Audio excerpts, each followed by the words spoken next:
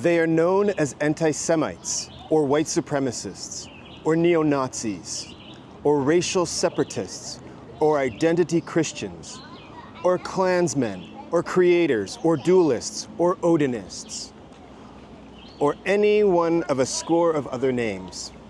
They come together to form groups with names like Aryan Nations, Heritage Front, Northern Hammerskins, Canadian Liberty Net, or Church of the Creator. Their organizations come and go, but they, the men and women who hate, mostly do not. Year after year, from one end of Canada to the other, they persist.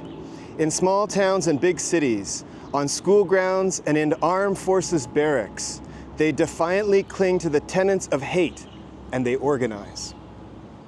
They pass out leaflets at street corners, they paint swastikas on synagogue walls, they burn crosses at night rallies, they set up hate lines, they deny the Holocaust. Some of them beat people up. Some of them kill people. In recent years, many Canadians have come to realize that the purveyors of hate are a tenacious lot, possessing ample resources and a fierce commitment to the ideology of bigotry. In a startlingly short time, the haters have moved from 3-paragraph news items tucked behind the classifieds to chilling front-page stories detailing assaults, threats, and murders. Along with the cross burnings and neo-Nazi rallies that have routinely taken place in every region of Canada since 1990, there have been other examples of the growing web of hate. Assaults on non-whites and gays in suburban Vancouver by white supremacist skinheads, an attack by neo-Nazis on a retired Edmonton broadcaster that left him blind in one eye, the killing of an Aboriginal man by a far-right leader in Prince Albert, beatings and bombing plots by a Ku Klux Klan cell in Winnipeg, riots provoked by white supremacist groups in Toronto and Ottawa, the killings of 2 Montreal men by the teenage members of a homophobic neo-Nazi group, racially motivated battles in schoolyards in Moncton and Halifax and across the Atlantic provinces. The list is a long one. More disturbingly, perhaps, is that white supremacists and neo-Nazis are being found with increasing frequency in institutions that many believe to be free from such contamination. In the summer of 1993, Canadians learned that about 24 members of the elite Canadian Airborne Regiment were associated with far-right groups. And that fall, during a federal election campaign, the Reform Party was confronted with evidence that some of its candidates had more than a passing acquaintance with anti-Semitism and white supremacy. Some weeks before he was expelled from the party, for example, York Centre candidate John Beck told the Toronto newspaper, quote, "If an immigrant comes into Canada and gets a job for $150,000, he is taking jobs away from us, the Gentile people, the white people." Unquote. Another startling revelation came in August 1994 when Canadians learned that a leader of the neo-Nazi Heritage Front had been a paid informant of the Canadian Security Intelligence Service, CSIS. This was quickly followed by media reports that the Heritage Front informant, Grant Bristow, had spied on the CBC, the Canadian Jewish Congress, and the Reform Party. Bonkers. These, of course, are the manifestations of hate that make their way into newspapers and television broadcasts. But there are many other examples, ones with which most Canadians are familiar. Racist pamphlets left behind on a seat on a bus, anti-Jewish or anti-minority slogans spray-painted on the walls of buildings, snide references about immigrants and refugees by politicians who themselves are the descendants of immigrants and refugees. These are the incidents that generally go unreported by the news media, but are no less hurtful to their intended targets. When confronted by the growing web of hate, it is the inclination of many Canadians, too many, to avert their eyes and cross to the other side of the street. Unaware, and in some cases uncaring, they persist in the belief that it is too dangerous to turn back the rising tide of hate and that it is too dangerous to get involved. But the simple fact is that whether we like it or not, we are involved. The haters are here, and they are not going to go away. Now, what I've just read to you is an excerpt from Web of Hate by Warren Kinsella. I've read this book in this spot before, and I've told you that this book was published in 1994. And here we are, 31 years later, and the issue has certainly not gone away. Nazis have certainly not gone away. As you can see, recently, in April of 2025, Ottawa City Council voted unanimously to ban symbols of hate, specifically the swastika. Now, I'm not against the notion of confronting these symbols, but we have to ask ourselves why this is happening now, and what are we ignoring in the push to criminalize such symbols. Now, specifically, the campaign has been pushed by B'nai Brith Canada.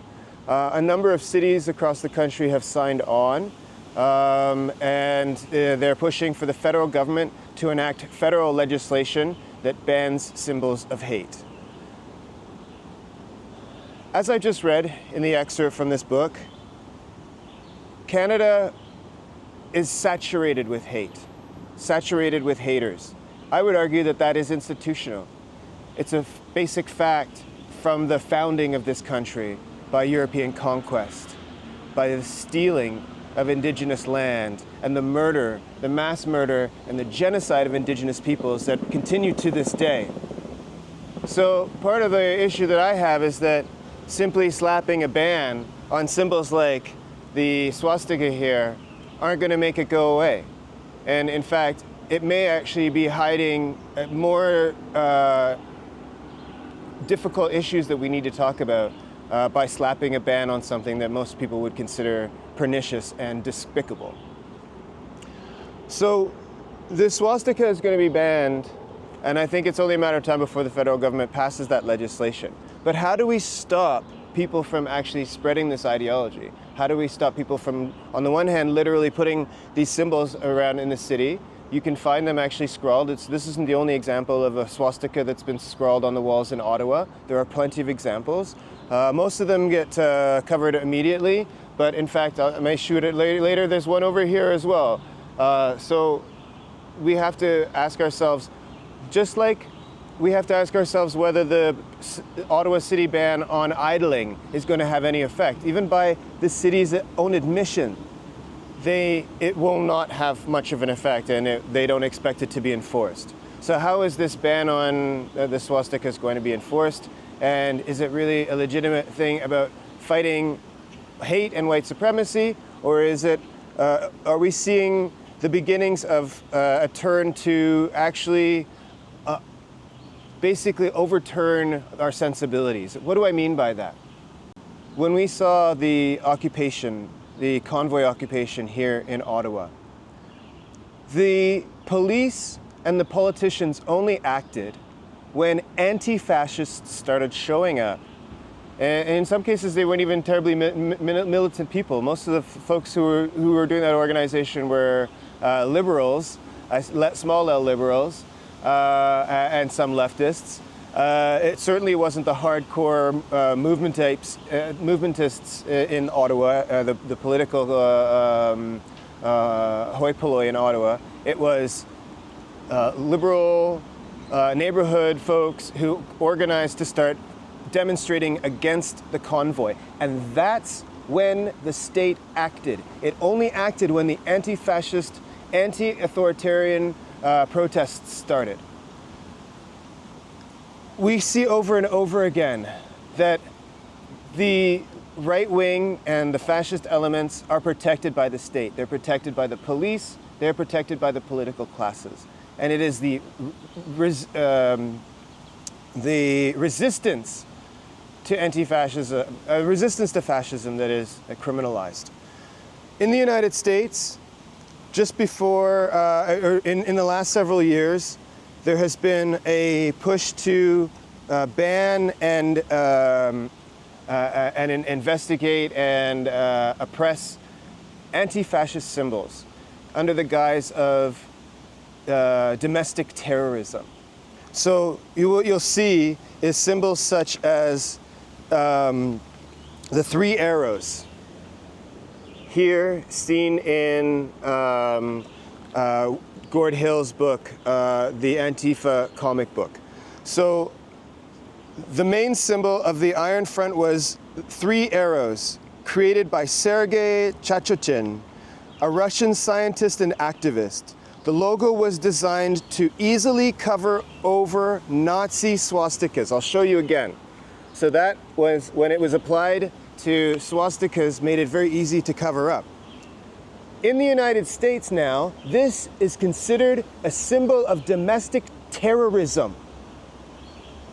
I'll repeat that. This symbol that was used to cover swastikas in Nazi Germany is now considered a symbol of domestic terror in the United States.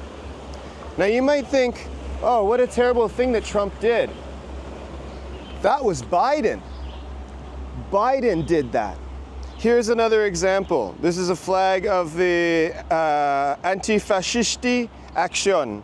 In 1932, the KPD initiated the anti-fascist action as part of the effort to build a united front with other leftists and against the Nazis. So this now as well, the flag, which is usually shown as a flag which is black and red. This is such a beautiful book, and I really look forward at some point to talking to Gord Hill about it.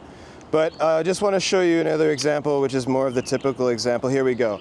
So this is the more typical example of what we see. So this symbol now is in the United States considered a symbol of domestic terror, domestic terrorism. So one of my questions is, how is it that we are expected to be anti-Nazi and anti-fascist when we are seeing that it is anti-Nazis and anti-fascists who are the target of the state and the police? And the fascists seem to get away pretty widely with their hate, frankly. And hate, as I said, is baked into the makeup of this country. One of the things that is written into the campaign that wants to ban hateful symbols is the fact that the swastika is showing up on protest signs. And we have to ask ourselves, in what context is that showing up?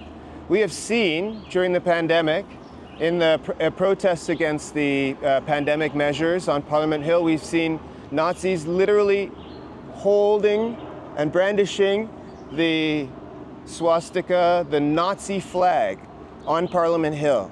It was unfurled. There's an Associated Press photo of it, or Canadian Press photo of it, of this Montreal Nazi with this little Hitler mustache waving the bloody Nazi flag. And I don't see any obviously I don't see any parliamentary cops rushing to tackle him and take him down, obviously, right? That's not going to happen. I don't think that's ever going to happen. Even if they declared it, if there was a ban on that symbol, you're not going to see people rushing over to take that guy down. But we're also seeing the Nazi symbology, specifically the swastika, in the context of the anti-genocide movement. Now, we can quibble about whether that's a good thing or not, or whether people should be using this swastika to compare or to criticize and compare what Israel, what the Zionist state is doing to the Palestinians, to the genocide, the mass killing, the purposeful, heinous acts that are going on in Gaza and in the West Bank and in Lebanon and in Syria and in Yemen and in Iran.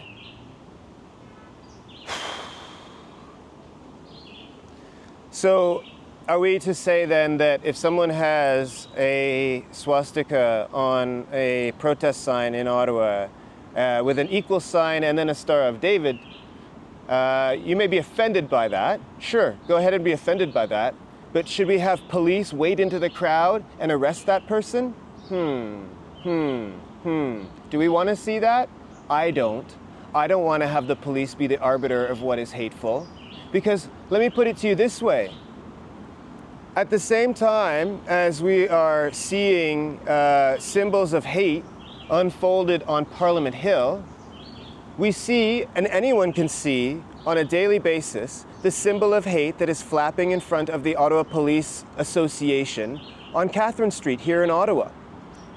The Ottawa Police Association, the so-called union, the gang, the thug gang that is the Ottawa Police and the Ottawa Police Association, have been flying the thin blue line Canada flag for years now, despite the fact that that flag was deemed offensive and the police were told to take it down. The Police Association was ordered by the City of Ottawa to remove that flag. And have they done it? No. So, what symbols of hate are we targeting? That thin blue line symbol is a well-recognized symbol of hate. The police and the Klan go hand in hand. We know that. Officer friendly is a lie. Officer friendly has hood and robes at home. So we have to ask ourselves, is this practice of banning these symbols going to work? How is it going to be enforced? And is it even legitimate? Because I'm going to go out like this. Let's go out in a bang. Right now we are seeing the genocide in Gaza being illustrated, decorated, embossed, embellished with the Star of David. We see it being drawn in tank treads in the dust and rubble of Gaza. We see it spray painted on walls. We see it everywhere in the destruction of Gaza. We see the Star of David. So in 2025, I say that the Star of David is being used as a symbol to celebrate genocide.